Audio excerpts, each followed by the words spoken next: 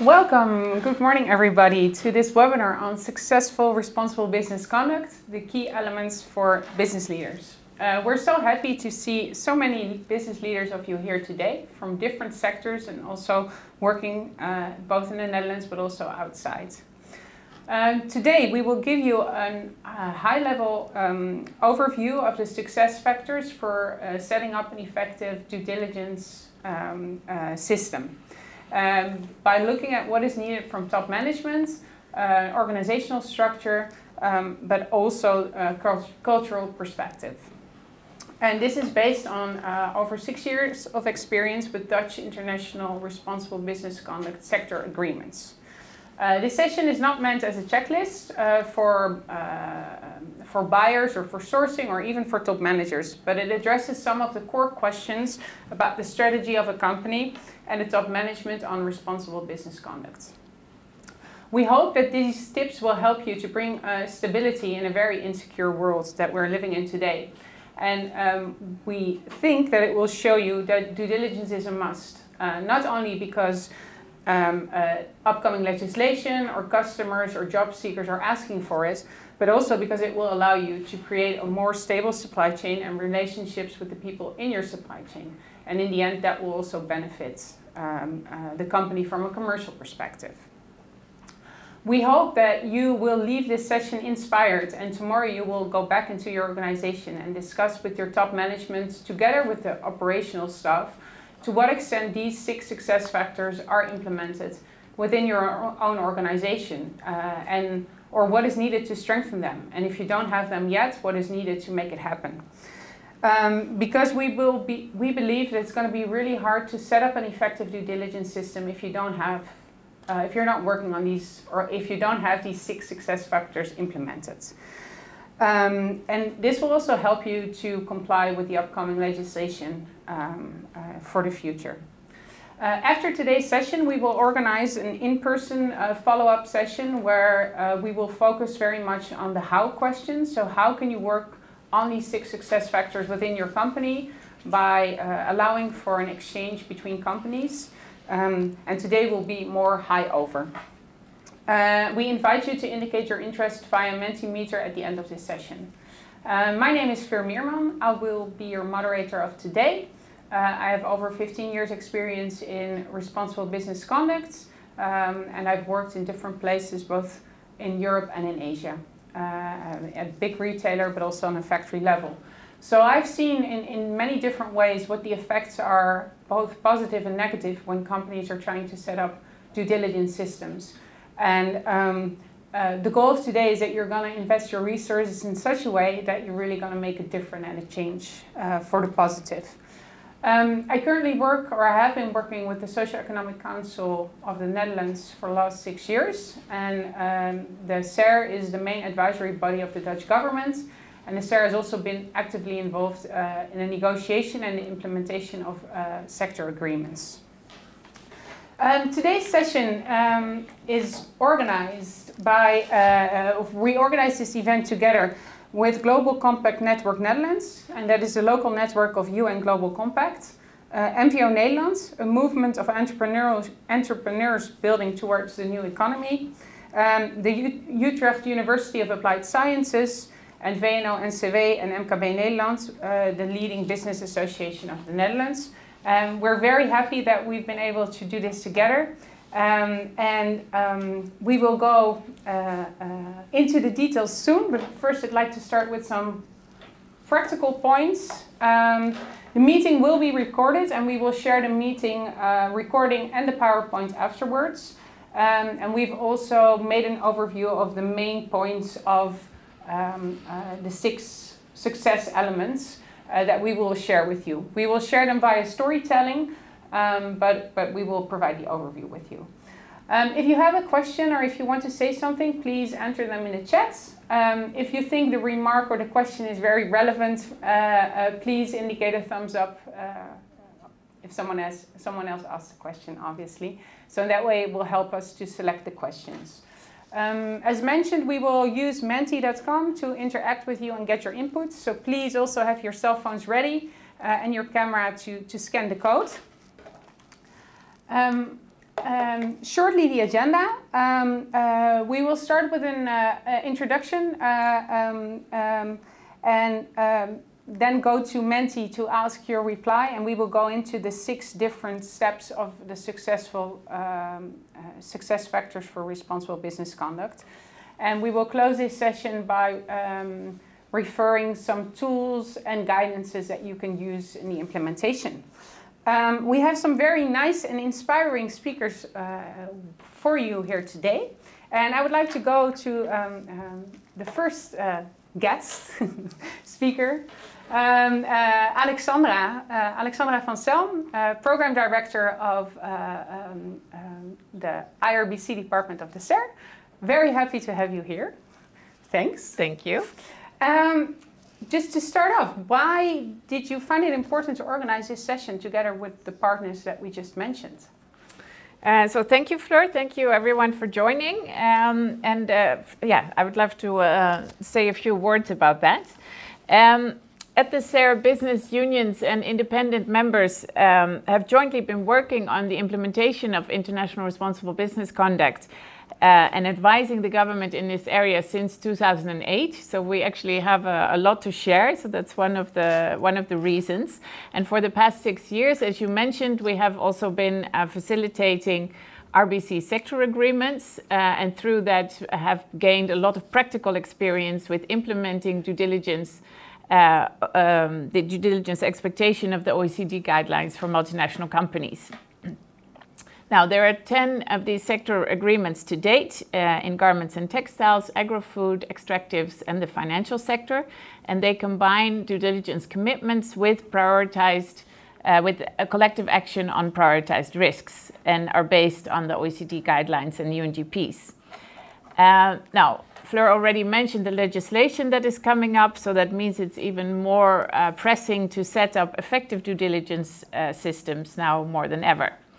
We're very happy to organize this together with our partners, and we also think it's really important to do that together because we really need to join forces in order to make a difference in the supply chains, and it's important that we all give the same messages to companies about this.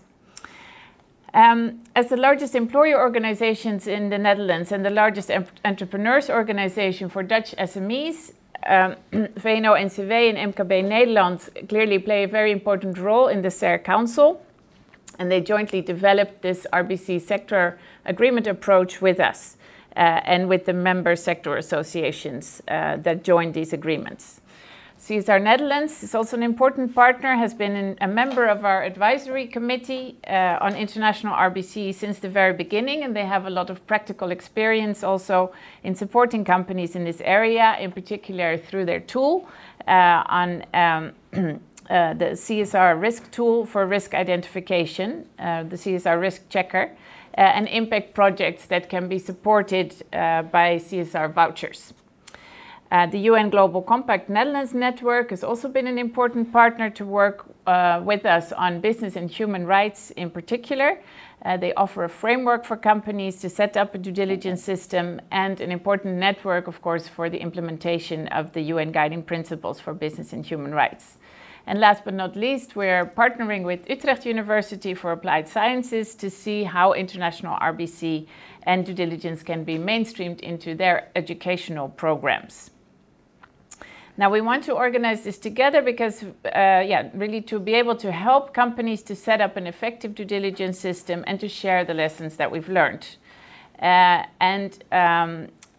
In this webinar and in general in our work, you will hear us use both responsible business conduct and CSR. So maybe just a bit on terminology. At the SER, we use the term responsible business conduct to align with the international developments and to underline that it's really about the core of your business and it's more than the responsibility of CSR department. Yeah. So, as Fleur already mentioned, the agreement on garments and textiles ended last year. It was extensively evaluated by the Royal Tropical Institute.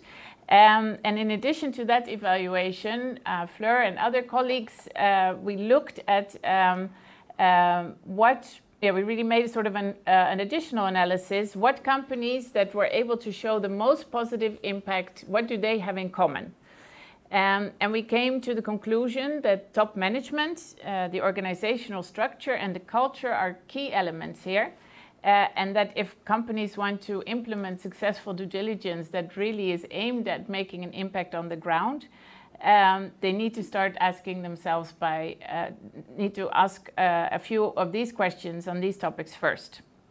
Now, when we talk about due diligence, we often talk about the content of due diligence. What is in it? What steps are there to take? And so far, there has been relatively little emphasis on these other cultural factors and the management factors, which are really enablers to make it happen in an impactful way. These elements are also part of the OECD guidelines, of course, under step 1. Embed responsible business conduct into policies and management systems. And we observe that a lot of companies work on steps 2 through 6 and less on step 1.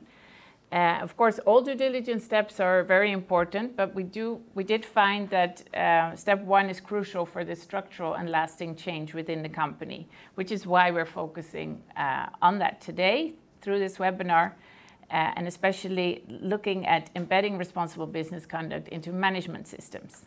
Yeah. And as Fleur mentioned, there will be follow-up work on how to do this in interactive practical sessions. We also already mentioned the legislation. An additional reason to focus on this is that the role of business leaders and the role of directors is likely to be strengthened in this legislation. For example, if we look at the proposal from the European Commission, directors will be expected to take responsibility for setting up the due diligence system, but also are responsible for integrating it into the whole of the company. So the questions towards directors and the board are likely to increase in this area. So you're going to hear a lot about what are the factors for success, what real change have we seen in companies, what is necessary for real transition. And we're going to do that through storytelling. So I'm looking forward to hearing more from you and from the others. Yeah, thank you so much for this introduction. And I think, really nice that you've kind of set the scene for today. We're also very curious to hear from you in the audience to what extent you're already looking at these factors, and you might be wondering, we don't know them yet. No, I know. That's why we're going to ask you to take out your phone, and maybe we can show the PowerPoint. You can see a QR code there. For those not familiar, you can open your camera, and if you point your camera towards the QR code, it will lead you directly to the menti.com webpage, and you will actually see the question that we want to ask you. And we would like to know from you, what do you need in your organization to have effective human rights and environmental due diligence system? So you will see the 6 points that we will go into today. You might not know exactly what we mean by these points. So I think it's also interesting to just interpret it the way you see it right now. And we will also look at the elements that you indicate are most interesting. I think we will try to focus on a bit more. But now looking at the score already, I think we already had a good gut feeling on what is important. I see that most of you are indicating that the top management commitment is something that you would need more. And I think we totally agree that's where it all starts. We will go into that quickly. And I think the last part that we're seeing are the elements that you're indicating that is most, what has most effect is the participation in multi-stakeholder initiatives that can support you in setting up this due diligence system.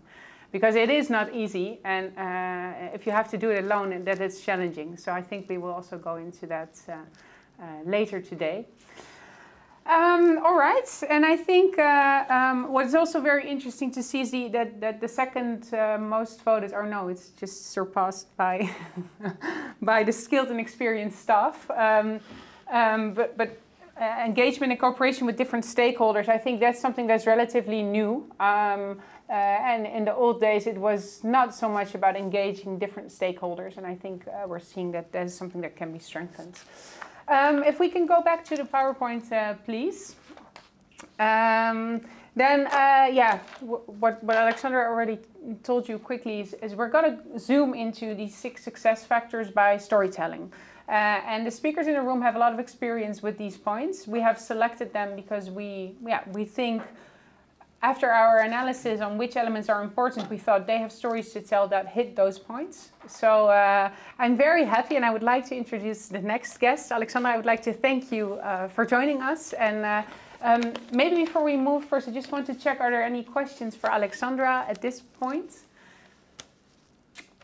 Are there any questions for Alexandra based on what she shared? Well, if you come up with a question later, please put it in the chat. If we're not able to address them during the session, we will certainly get back to them at the end. Alexandra, thank you very much. I would like to invite Arnoud.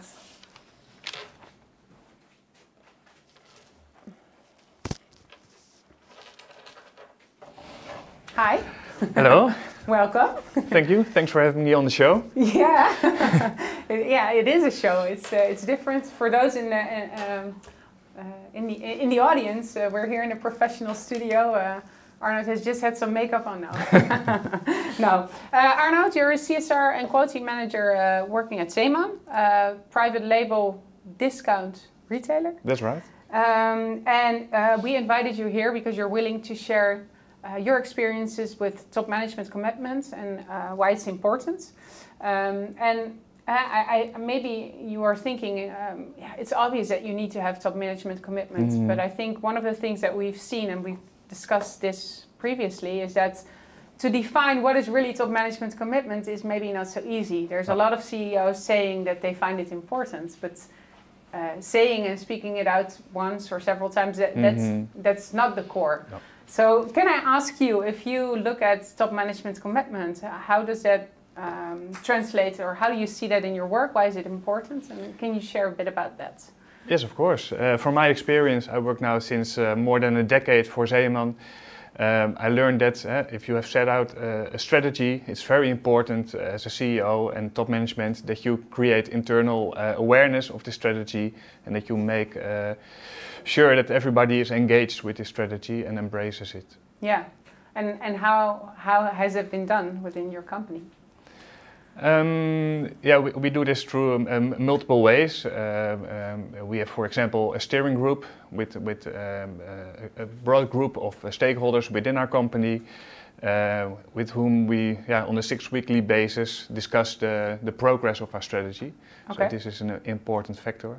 And of course, we communicate it throughout our whole company, also to our stores in Madrid, for example, through our staff over there, through internal system, communication system. And what is the role of your CEO in this? In this? Yeah, of course, if a CEO and top management shares a message within the company, it gives some additional power. So it's very important that they feel it's not the CSR department only that is working on the strategy, but it's really driven from the board as well. Yeah, and I think last week there was an article in the FD, the biggest financial newspaper in the Netherlands, where your CEO, Erik-Jan Maris, was interviewed, where he also stated very clearly that he acknowledges that there are challenges in the supply chain and that there's a responsibility for Zeeman to pick it up.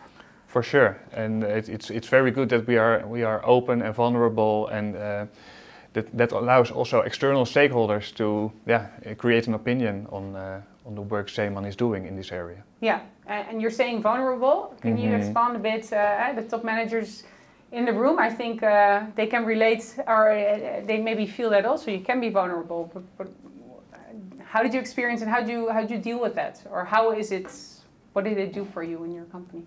No, we believe too that if your culture of your company is open, it also creates trust if you are vulnerable. And when things are out in the open, it's also more easy to work and mitigate the risks that you have noticed. Yeah. Because maybe some background for the audience again. I have been your account manager for several years, so I have some more ins and outs about the company. I think you've made a change also in terms of transparency. Can you tell me a bit about the transparency change that you've undergone in your company? Yeah, within our supply chain, it's very important that you are transparent about the production locations where you produce your goods. Another thing, we became member of the Fair Wear Foundation, and they make also an annual report about our progress on on social compliance. Yeah. So this is also out in the open for everyone to read and to see what we do and what we not do. What you can improve. What we can improve, yeah. So that's maybe a big change also from before when it was more on high level. What's happening now, people can find your details. Yeah. But is it helping you? Yeah, for sure. It helps us. It creates a dialogue with external stakeholders, and it brings us further. And we prefer to know what are our risks and what is not going well, than not to know and not being able to mitigate the risks or solve it. Yeah, yeah. Okay, that sounds really nice, but then does that mean that you have everything in order? You have a very effective due diligence system that's perfect, or are there still challenges that you can maybe share? There are still challenges. There's more focus on social compliance and responsible business conduct, so we also have to increase our budgets and increase the workforce in our CSR team. Yeah. So that's an important starting point. Yeah. And of course, we cannot do everything at the same time. So we clearly have to prioritize our focus areas and where are our risks. Yeah. But I think what Alexandra said in the beginning, one of the things that you are also doing is looking at your most severe risks and prioritizing those. And acknowledging that there's other things that you want to work on, but you cannot do everything at once. And I think that's a really important message. Like you cannot do it all at once, and it might seem very overwhelming, but just start. That's right. Yeah. Hey, if there's one piece of advice that you want to give the business leaders in the room, what would that be? I think it's very important that a CEO commits itself not only from the mind, but also from the heart. It's really, you should be passionate and passionate about responsible business conduct, and to bring it further, it should be coming from the heart. Yeah, I think it's really nice, and I totally agree. I mean, that inspires and also inspires others to do the work. Yeah. Thank you so much. Welcome. We have limited time, but we do have time for a question. So I just want to have a look in the chat. Are there any questions? Don't be afraid. He might seem a little bit scared, but he isn't. No. I'd really like to invite people to ask a question. No. So maybe people are just still reflecting, and if questions pop up later on, we will get back to you. But thank you very much. Welcome. And we will speak later. And I'd like to go to the next success factor for responsible business conduct. If we could go to the PowerPoints, and then I would also like to introduce our next guest. Hi. Hi. Charlotte. Hi. Charlotte Scheltes, team lead of the Responsible Business Conduct Department at the SER. Welcome. Thanks. How are you? I'm good. Thanks for having me today. Long time no see. Long time no see, yes. We've just heard from Arnoud why top management's commitment is so important. And when you and your team assessed many of the companies on responsible business conduct, we also noticed that the organizational structure is really important to look at, and to look at first before you start doing anything else, because otherwise you invest a lot of time and money, and if they leave, it's gone.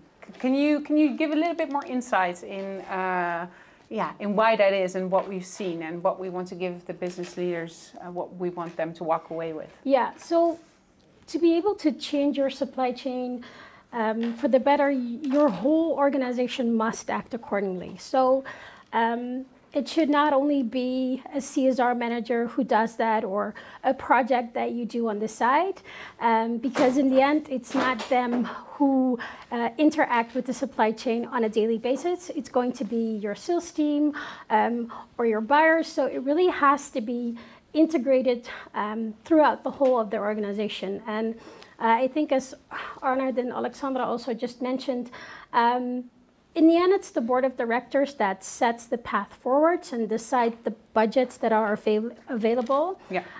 So there should be a direct link with the things that the CSR department does, and there should be a direct reporting line, or the CSR department should be, within the board of directors, so they actually can influence the decision making. And I think what companies need to understand is that, and maybe this is an open door, but when you set a goal or a long-time vision, you really need to think about, what does this mean for my organization, and what does it mean for the different departments that have to work on this. So maybe just to give an example of the organizational structures that we have seen. I've been working, we're at the SARA now, but before this I worked at a financial institution. We had, as a sustainability department, had bi-monthly meetings with the board of directors to discuss their investment decisions. And we also had a veto.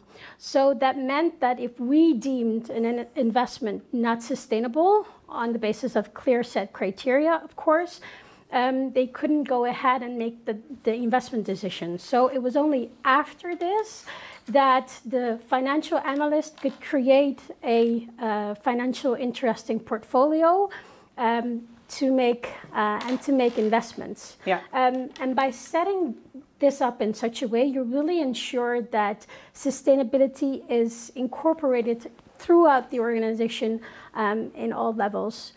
And maybe, if you will, another example, we worked with the big international retailers who had set up clear values and strategy and KPIs, but they only translated this to the CSR department and did not include the buyers, for example, although they had the wish to buy more sustainably and buy more sustainable materials.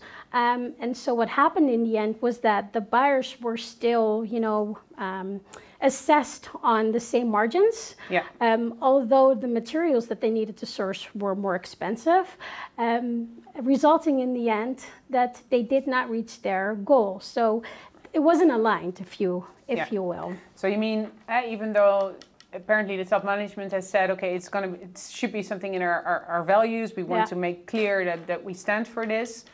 And they also set some KPIs, but it was not aligned with the core, what the company was doing. No, it wasn't. The people that were making the money for the company, they were only very limitedly included in this element. Yeah.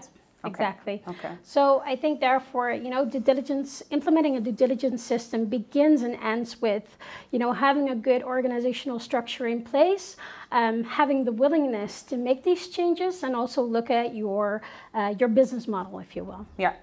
I think that is also a very important element, that the business model is included, because we need to do things differently, and it takes time to change. Yeah.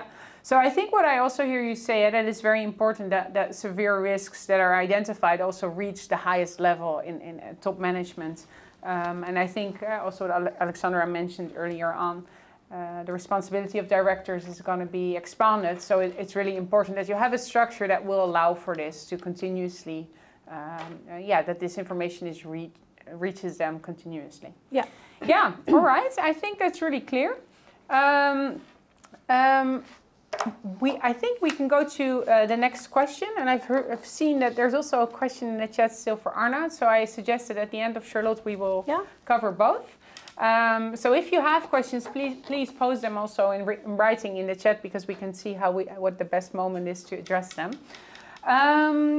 Charlotte, I think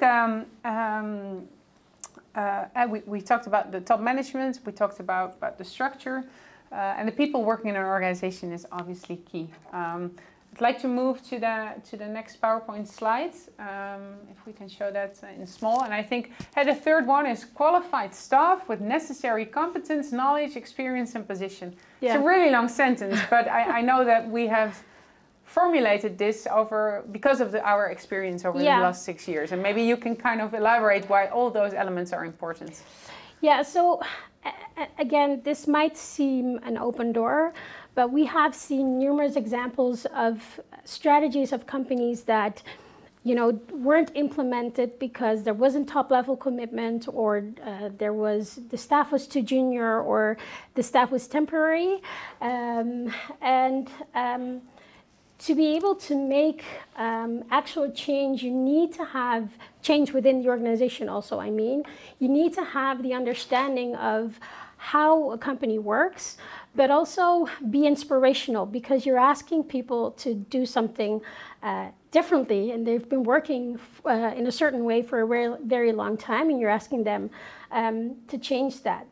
So first of all, changes like these take time. Yeah. So you need to have dedicated staff that sees it through and is there for everything that goes on, and actually implements the change and is on top of it. And secondly, it needs to come from somebody within the organization that actually has the authority to do so. So, for example, you're asking buyers that have been operating for over a decade, for example, to discuss outcomes of an audit report when actually making a buying decision. If you're asking an intern to make a plan and implement this and talk to these people, it just isn't going to fly. It's not gonna work. No. No, but while you're saying this, I'm also thinking of an example of one company that was part of the Dutch agreements, where they had an intern indeed responsible, but the intern was reporting to the CEO, and this was actually quite a big company. True. And he had weekly meetings with the CEO on the progress. And I have to say it worked there, because actually success factor 1 and 2 were really well implemented. And then the fact, because even though he was a little bit more junior, or he was junior, it still worked. So it's really the combination of all the factors, but helping to have someone to be inspirational, confident to do it. I think that's something that we really learned. So it doesn't mean you cannot hire junior people. You always need to have someone senior, but you need to have someone who understands how a company works and how you can make the change. And if the CEO is out there and is making it happen, I think then anyone can do it. But and I also think that these examples that we're now mentioning were mostly where top management wasn't invested, and so the temporary staff or the intern was doing it all by themselves, and then it's not successful at all. So I think that's also a request or a message to the people in the room. I mean, if you say yourself as a top manager that you're serious about responsible business conduct, check if you look at these success factors, can you answer these fully with yes? And I think that will already be a good checklist. All right, I think also what you're saying, working on due diligence is not a one-person job. You need to do it together. We also heard Arno say that in the beginning. You have a whole team. The person responsible should not only know about the content of due diligence, but also know how to manage, how to work within a company, and how to make changes. Because I think with most companies, it's not how they started. So that means you need to do something different. So that means you need to be able to make a change. And that takes time and takes the right people on the job. And I think the clear reporting lines to top management is really going to help. Yeah. All right, great. Thank you so much. I want to check if there's a question for Charlotte. I don't see a question yet. I do see a question for Zeeman. So if you will allow me, I'm just going to move to Arnoud quickly. Person in the room, I'm sorry I cannot see the name, but they are wondering how you ensure the visibility of your internal commitments, that all associates are being reached. Please feel free to join Charlotte maybe, and then maybe, Sorry, once again? So how do you ensure that the internal commitments reach everyone in the company? It takes time. This is really not something that happens overnight. So you repeatedly you have to convince people that this is the right way forward, and that's why this top management commitment is so important. Yeah, and you say convince people. How do you do that? I mean, what is needed to yeah, what is the message? Is it you? Is it the CEO? Is it a combination? Can you make it as concrete as possible? Yeah, it differs from the person or the department you talk to. So if we talk to the buying department and explain them our buying practices, it's important that they also see the benefits from this for their job, for their role within our company. Yeah. And did you need to change something in their role to make that happen? Because, I mean, Charlotte gave the example, if your margin stays the same, but you have a lot of ambitions, it's also going to be challenging. Yeah, it is. We have, since a few years, it's a nice example, I think, a living wage pilot at a supplier in Pakistan. And of course, it creates a small upcharge per article. Yeah. But we now see that buyers are very much in favor of placing orders at this supplier, because besides only the aspect of margin, it also gives them more the idea, hey, I add something, I add a more purposeful meaning when I place an order with this supplier. Oh, that's really nice. Yeah. So actually this was a pilot, but it's not a pilot anymore. You're paying the living wage of this supplier together with other brands. Yeah. It's also giving a lot of motivation to the people in your organization.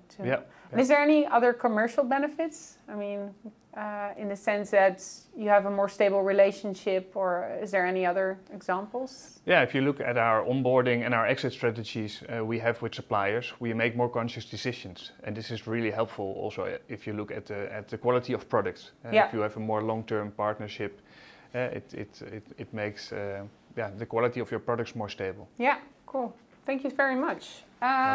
I hope I cannot see maybe the person asking the question put a thumbs up or down if you feel the question is answered. Are there any other questions from the audience? We still have time. I didn't want to scare you off to say that we have limited time. No? Okay. Then let's go to the fourth success factor for setting up responsible business conduct system. If we can go back to the PowerPoint, please. And the fourth point is an IT infrastructure that registers what, where, and how you buy or invest. That would seem also very logical that you have a good IT system in place. Yeah, it seems so. But again, there are also many examples where this didn't go as planned. So implementing a due diligence system asks that you know your risks and that you know when, what, and how you produce. And often supply chains are very complex, and the information that comes from it is going to be a lot. So you really need an IT system to gather this and to make sense of it all. And also, you need to, if you have the information, you're not done yet. You need to translate this to what does this mean for my organization, and what do I need to do? And we had a big private label company making, among others, licensed goods. This was also in the textile industry. And they had set an ambitious goal on sustainable materials, but they were still working with Excel files. And we see that a lot with companies that have like 6, 7, 8, or sometimes more Excel files that they work with. And they weren't able to get the information out of the Excel file to be able to determine what the goal should be, and on which material they should set the goal. So what they did is they invested in an IT system.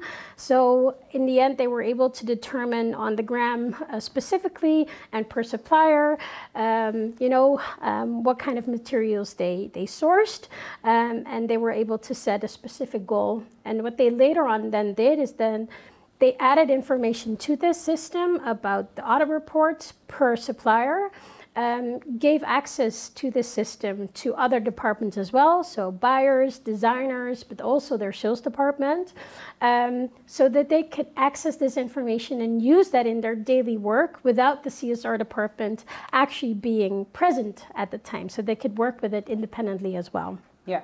And I assume then there were also some KPIs or something that they would have to use it, because Exactly, I'm sure they wouldn't use it just by themselves. No. So exactly, yeah. So they had that in place as well. So what we clearly see is that companies that invest in good IT systems are actually able to focus more on acting instead of just collecting the data, because it can be a daytime job if you do it that way. So I think it's important to invest in these systems, or to change the way that you're working, so that you're able to respond to the information that is coming from your supply chain and make the decisions that will help you operate more sustainable, if you will. Yeah, and I think the more and more systems are being offered. I think also that's something that's we see a lot of new tech companies kind of offering it, and we also see that a lot of companies, because they are existing for such a long time, they have one system here and Excel there, etc. But then it also kind of comes down back to the organizational structure, etc. And I think now with the upcoming CSRD, so the Corporate Social Responsibility Directive, where companies are going to be obliged to report on their CSRD system, it will be necessary to have a good IT system. Yeah, because maybe to add on this company was a part of the agreement and had 5.5 years to work on this and to make these systems or set these systems in place. And we're not sure what the legislator is going to ask of companies, but if you have to start when the law is there, you're going to be too late. You're going to be too late. Yeah, so I think that's absolutely right, and we also see more companies making the switch now that the CSRD is coming, and also even companies that are maybe not falling directly under this legislation, but that are supplying to companies that are falling under the legislation is going to be really important for. And I think also for the motivation of your staff. We've also spoken to a lot of CSR managers that spend so much time in just looking at Excel lists and trying to collect all the data. Mind-numbing. So if you want to get staff and you want to get them engaged, I think it's also necessary. And it will help you to be more data-driven and make more data-driven decisions. Great. Thank you so much. I see some more questions coming in, so that's really nice. George is asking, is there any reference framework or guidelines for formulating, it's moving now, for formulating quality KPIs in different sectors in addition to the UN SDGs, which are very broad? Yeah, so we have we have set up a very extensive assessment framework, which goes through all the steps of the due diligence cycle and identifies which questions you have to answer. It shows you what is a good example also of other companies. And this is now only for the garment sector, but we're have plans to expand on this and to make it applicable to all sectors. However, that said, I think it contains a lot of information that can be very helpful and takes you through the due diligence cycle step by step. So I think, because I'm not sure if George is referring to this, but obviously the OECD guidelines, they have set up a guidance and a framework that should help you, but the way it's formulated is not always very accessible. So what we try to do with our assessment framework, or we mentioned the guide, a guide on responsible business conduct, we try to make it more accessible. And I'm not sure if the KPIs refer to KPIs for specific people or more KPIs in general, but I think it contains both. It contains both, and it contains a lot of examples of good KPIs. Yeah. So I don't know if anyone that is working at the CERLS can put the link in the chat, and otherwise we are going to share it. It's in the presentation anyways for the practical guide. And if you want to know more, you can also get in contact with us after the presentation. Sure. We also have a question like, do you have examples of good IT systems? Yes, we do, and I think this is also one of the things that we would like to go into during the follow-up sessions. There's IT systems that are more sector-specific, so based on the interest that you're showing, we will organize a session where we will kind of share share examples of IT companies and maybe companies working with those IT systems to kind of exchange what is most efficient. Yeah. All right. I have one more question, and then I think we have to go to the next step. Yeah. The question is, if an FI, I'm not sure what FI means. Financial institution, maybe? Yes. If a financial institution upholds a policy with a weaker policy formulation, such as seek to address, how much time is generally taken to seek this commitment, and based on what?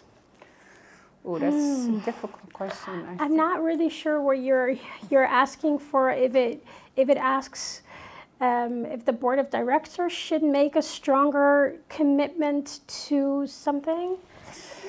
I think it maybe also has to do a bit, and that's what we're seeing here. Especially the financial institutions are very much based on the legal framework. Previously, like, okay, if whatever you say it should not have a negative effect on the company otherwise. But actually, OECD guidelines is asking you to be open and transparent about what's happening. So, for example, if you're just buying in very high-risk countries, so for example, if you're buying now in China, in Xinjiang region, and you have in your policy, we have no forced labor, it's going to be really challenging. So in your wording, if you're going to say we seek to not have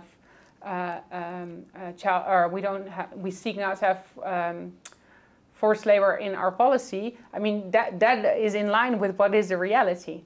But I think this is really difficult, and I think it's also the future is going to show how we're going to have to deal with it. Yeah. Because everyone wants to say we don't have forced labor, we don't have child labor, but we know that in many of the sectors there are.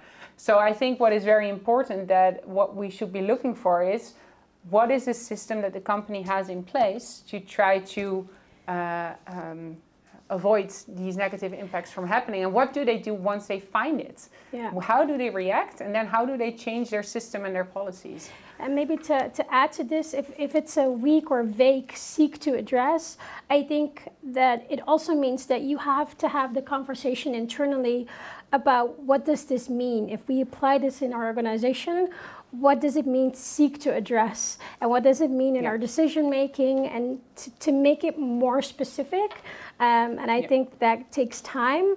I'm not sure how much time, it depends on your organization, but I think that in the end that you need to have a conversation with the board or with the department that made a policy, and to hash it out what it means in practice. And I think then the other way around, if you say we don't have policy, I think a very frank conversation on what does that mean? Why do we write that down other than legally we are asked to not have it? So, yeah. What is it?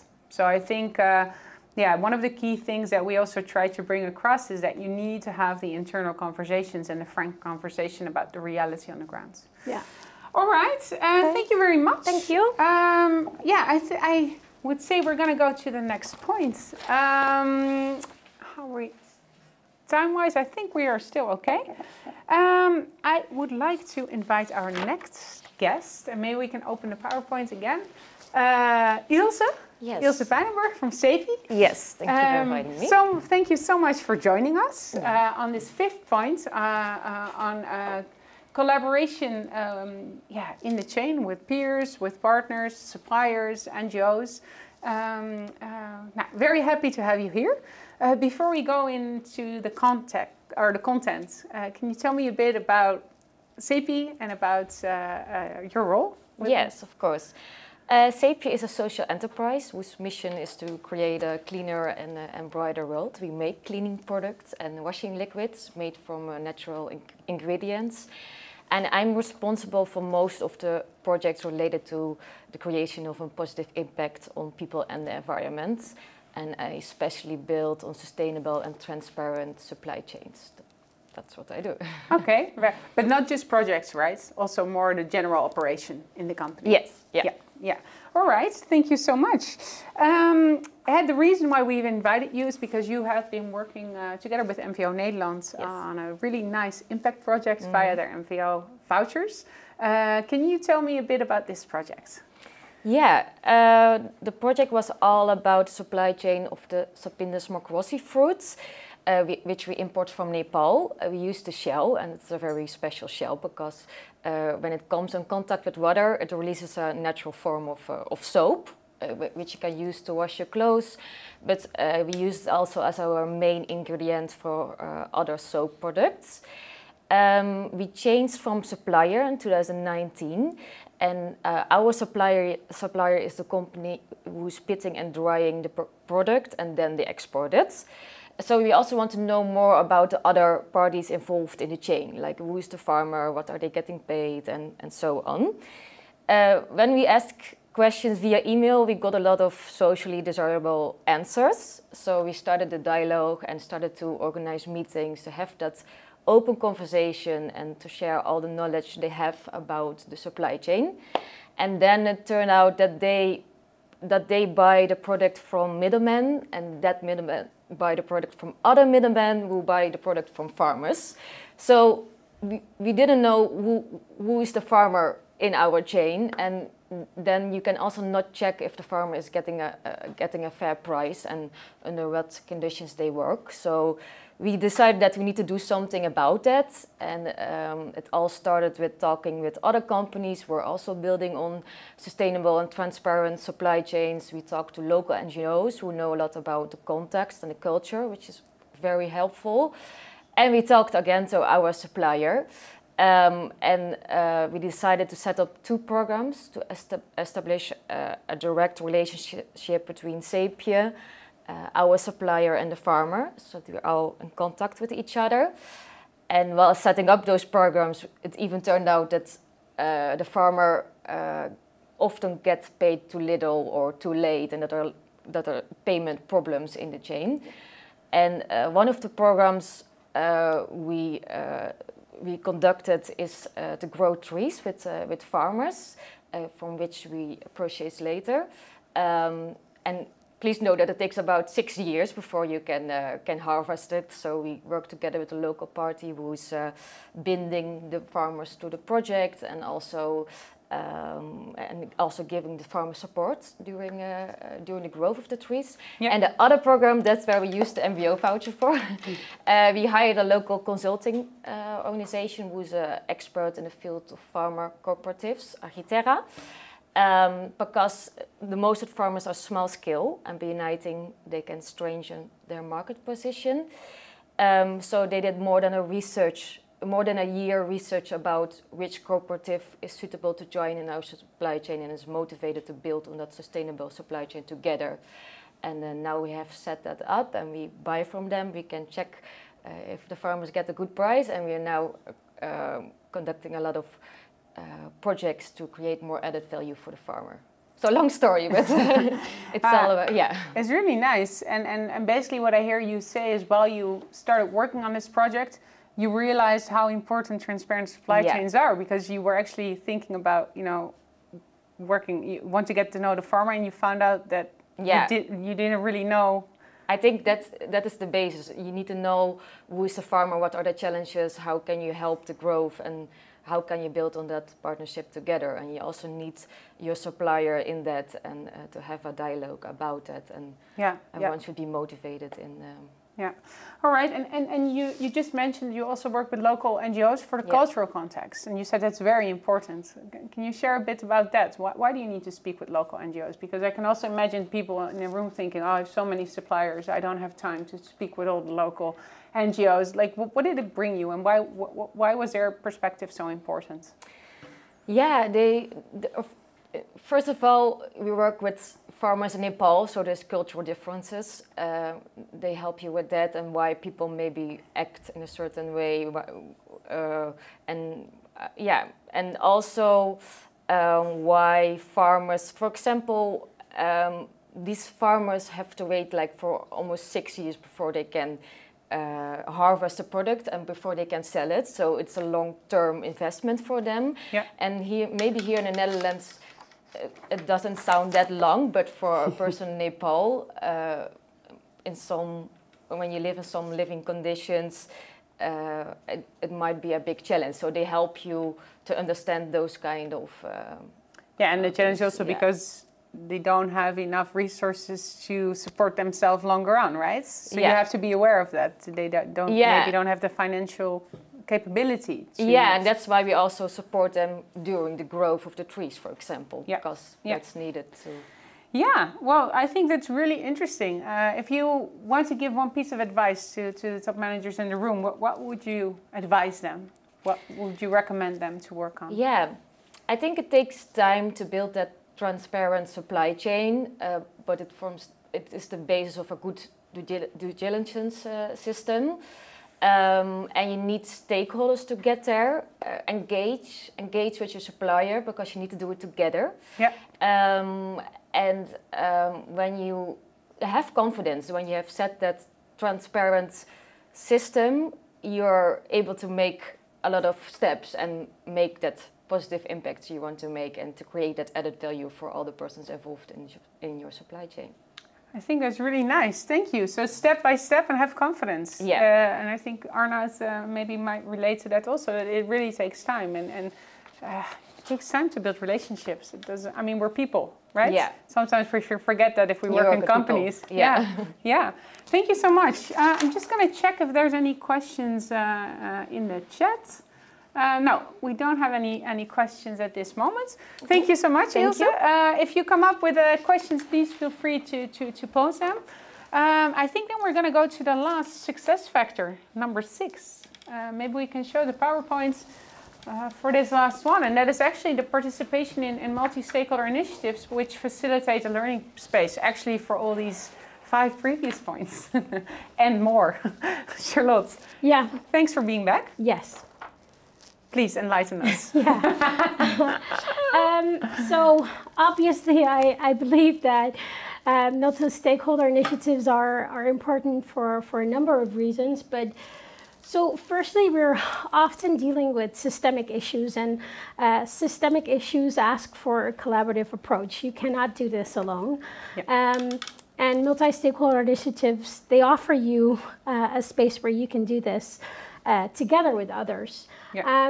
And then secondly, sectoral multi-stakeholder initiatives do not only help you, fight these negative impacts through collective projects, but they actually help you work together on all the 6 steps of the due diligence cycle. So, for example, as Ilse just mentioned, getting a better understanding of your risks by having access to the local network of unions, but also CSOs, but also, for example, the government with embassies and stuff.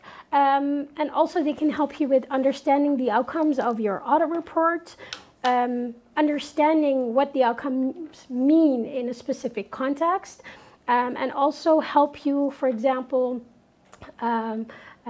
identify what kind of questions you need to ask your supplier in follow-up, so that your audit is not a check-the-box exercise, but it's actually, a means to reach your actual goal. Thirdly, I think MSIs create a safe space for learning, and acknowledging that you don't know everything. Arnaud mentioned it earlier. You have to be vulnerable, and within the MSI you can do that without being scrutinized for it, because in the end all the stakeholders at the table want the same thing, and that is improving the working conditions for those people in the supply chains that are making our products. And then maybe lastly, to round off, I think you referenced to it earlier as well, but with the upcoming due diligence law, I think MSIs are going to be more important than ever. You have to imagine that the due diligence law is going to have generally formulated high over obligations for companies. So determining what it means to do due diligence in a certain context is going to be important. Yeah. For example, what does it mean to respect freedom of association in Turkey? And how do I do that? If you operate within an MSI, you have all the relevant stakeholders at the table, and you can hash that out, yeah, and you can practice, and you can do better. Yeah. Cool. Thanks, Charlotte. I think fully agree with you. And I mean, also the partners that we organize this event with, work in a similar way. I mean, NVO Nederland also supports and funds SME companies via their NVO vouchers, where they can participate in impact projects with different stakeholders on the ground. So for one specific element, they can work on that as well. Yeah. So can I add just I think just one more thing? Yeah.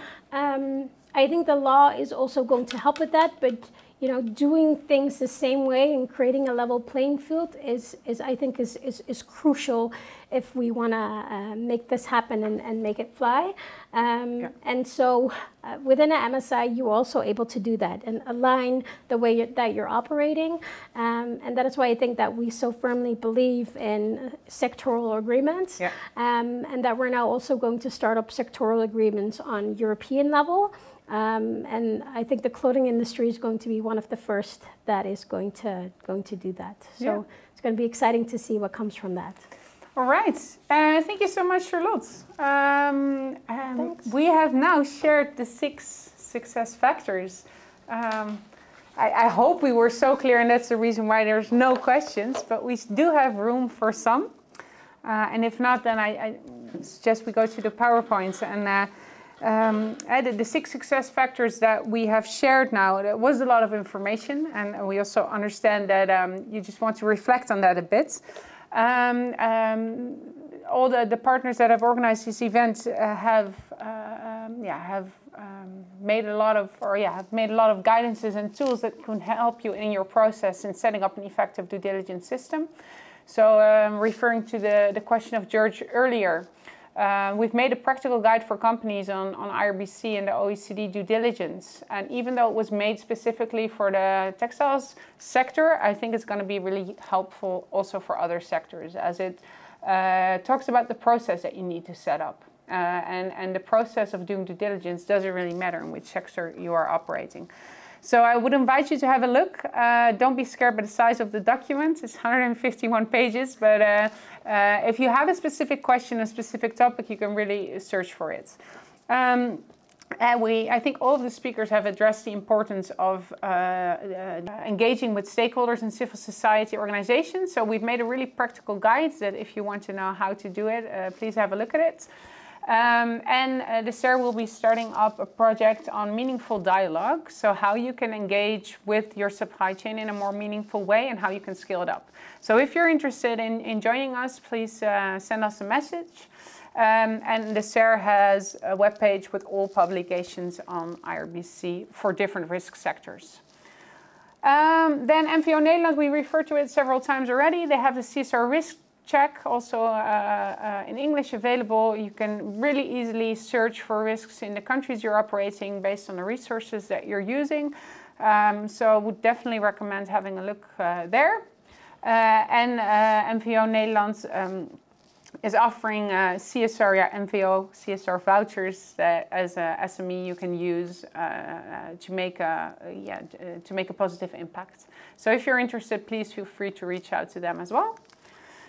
And some examples of the NVO vouchers you can see here.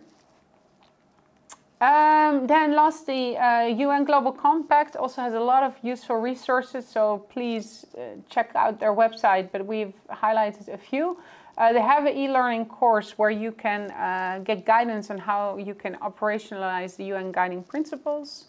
And they have a business and human rights navigator. That guides companies around the world to better understand and address human rights impacts in their operations and supply chains. And you can get an in-depth analysis of key human rights issues, due diligence recommendations, as well as case studies illustrating how other businesses have responsibly addressed human rights impacts. And I think this last one is really interesting and what most companies are looking for, because they just want to know how others have done it so they don't have to reinvent the wheel, and also the learnings and the lessons. And that's also the reason why we've, the setup of today's session. UN Global Compact also released a new tool, the UN LGBTIQ+ tool. So if you want to know more, have a look. And then we're almost at the end. I'd like to ask you to take out your phone one more time, because I'd really like to get some feedback from you in the audience on today's session. So it's the same one. So which subject would you or your colleagues be interested in to follow an in-person peer learning interactive session on? So depending on your interest, we will contact you again, and we will set up a session where we hope to inspire you hopefully as much as we have done today. And if you have actually been inspired or not is going to be the next question, because we're going to ask you if you would recommend it or not. But let's wait a few more minutes to see the answers coming in. Can we make it a little bit bigger, because it's really difficult for me to see. So I see that most of you are interested in hearing more about the collaboration and partnership with peers, suppliers, NGOs, and rights holders. And I think that's really much in line with Ilse and Arnoud today, have also shared, like, okay, how do you do that? What are the learnings? How can you scale it up? And organizational structure is also something that you would like to hear more about. The senior leadership commitments, the qualified staff with necessary competence, knowledge, experience, and position, I think that kind of is clear, and maybe the examples kind of show you, like, okay, how you could implement it. All right, and there is one more question in the chat, I hear. Eline is asking, what do you believe is the role of government on this topic? I think if I can invite Alexandra quickly back and maybe answer this question.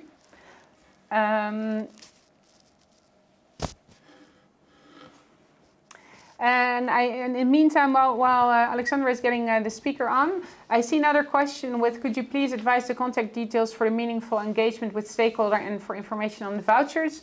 We will share the PowerPoint with you, and there are direct links to more information. So hopefully that will answer. Alexandra, what do you believe is the role of government on this topic? Thank you, Fleur. Thanks for being back. Well, I think that the role of government is really crucial in all of this. First of all, of course, as a legislator, which they are already initiating at the different levels. So that's a really important step. But there are many more roles where the government can really be important. And that's also why the UNGPs, of course, ask for a policy mix which is most effective. The responsibility or the duty of the government is really to have to respect human rights and do that through, of course, their own policies, but then also to stimulate and motivate companies to respect human rights. And of course, there are many ways that the government can do this. They're a very big launching customer, so public procurement is really key. They have a very important role to play there. To give information and to also help companies to prioritize risks. So we've seen before in the Netherlands the sector risk analysis that was done in 2014. It would be really helpful to repeat that and make it more sector specific in order to guide companies on their risks, so that not every company is doing that analysis on their own. So those are a few examples, and then we also at the SARE believe that they have a very important role to play in the multi-stakeholder sector agreements and to support multi-stakeholder initiatives. Because as we mentioned before, we really need the government in all its different roles to make a difference on the ground and to work with embassies, to work with through bilateral government relationships within the multilateral institutions. So many roles for the government to play. Thanks. Well, I know there's quite a lot of government representatives in the room as well. So if anyone would like to respond, please let us know. And otherwise, we see if there's any more questions. And if not, we would like to go back to the Menti, if possible. So so we will get back to you on this in-person sessions that we're going to organize. Can we go to the next slide? To the next Menti question. So this is not the last question. There will be one question after this, but would you recommend this session to others? Please let us know, yes or no. Feel free to be open and transparent.